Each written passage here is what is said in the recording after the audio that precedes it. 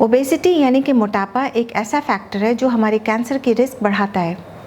करीब 13 different type of cancers जो हैं वो ओबेसिटी यानी कि मोटापे से लिंक्ड हैं और ये बहुत स्ट्रॉन्ग एसोसिएशन है। और बाकी के कैंसर्स उनका भी रिस्क काफ़ी ज़्यादा है ओबेसिटी की वजह से। क्या होता है ओबेसिटी?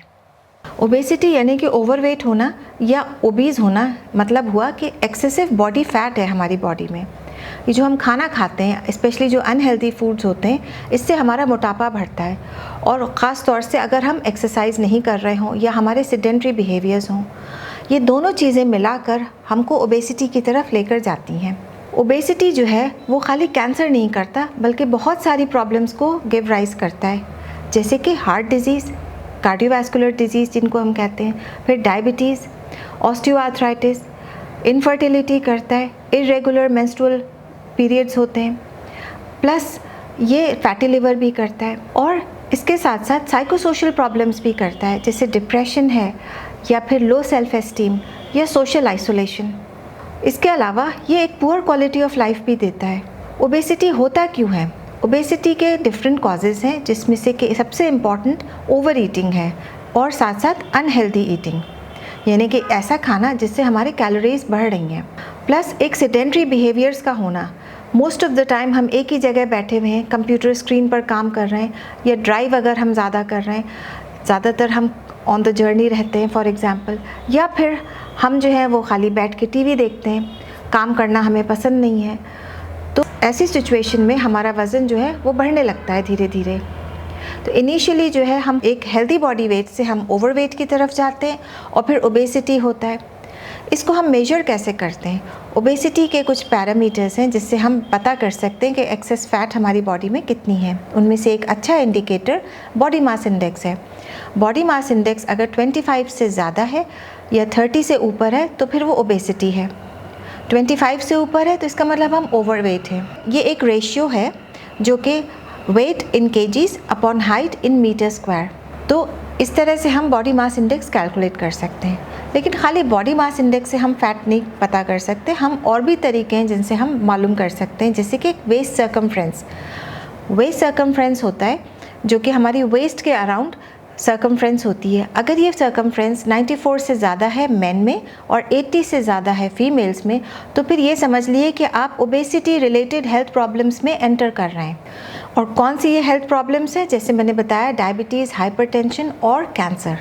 तो ये सारी चीज़ों की रिस्क जो है बढ़ जाती है with one singular factor and that is obesity. Important चीज़ ये समझना है कि जो एक्सेस बॉडी फैट हमारे अंदर है, ये एक साइलेंट चीज़ नहीं है, बल्कि ये एक एक्टिव फिनोमेना है। ये एक्टिव होती है इन द सेंस कि ये ग्रोथ हार्मोन्स रिलीज़ करने लगता है। यही एक्सेसिव फैट साथ में सेक्स हार्मोन्स रिलीज़ करता है, जैसे एस्ट्रोजेंस, और फिर ये इन्फ्लेमेशन ट्रिगर करता है। तो इन्फ्लेमेशन का जो प्रोसेस है वो जंप स्टार्ट हो जाता है just by excessive body fat. ये तीनों चीज़ें मिलकर, यानी कि excessive inflammation, growth hormones and sex hormones, ये तीनों चीज़ें मिलकर सेल्स का टर्नओवर बढ़ा देती हैं। सेल का टर्नओवर का मतलब ये हुआ, मैं आपको एक फ़ोटोकॉपी मशीन का एग्जांपल देती हूँ। अगर आपकी फ़ोटोकॉपी मशीन 50 पेपर्स निकाल रही है 10 मिनट में, तो कोई एरर की चांसेस बहुत कम होंगी।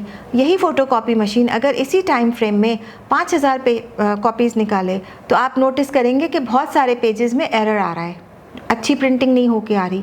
क्यों? क्योंकि जब सेल टर्नओवर बढ़ जाता है तो जो सेल्स की क्वालिटी है वो ख़राब होने लगती है, डिफेक्टिव सेल्स बनने लगते हैं, और यही डिफेक्टिव सेल्स आगे जाके डैमेज सेल्स की फॉर्म ले लेते हैं। ये म्यूटेशंस और एक्यूमुलेट करते हैं और ये एक कैंसर सेल का रूप ले सकते हैं।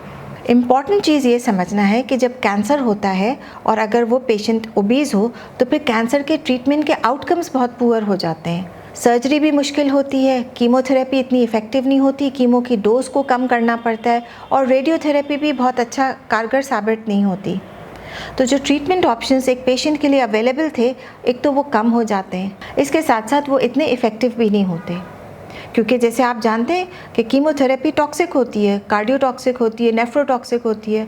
तो पेशेंट्स जब कार्डियोटॉक्सिटी इतनी बेयर नहीं कर पाते, बहुत बार हमने अपनी प्रैक्टिस में देखा है कि पेशेंट्स जो है वो कैंसर से नहीं बल्कि टॉक्सिक इफ़ेक्ट्स ऑफ ट्रीटमेंट्स से मर गए। इसलिए ओबेसिटी का रोल जो है वो हमारे कैंसर नहीं होने में भी है, और कैंसर अगर हो जाए तो उसके बाद भी ज़रूरी है कि हम ओबेसिटी पे अपनी तवज्जो रखें।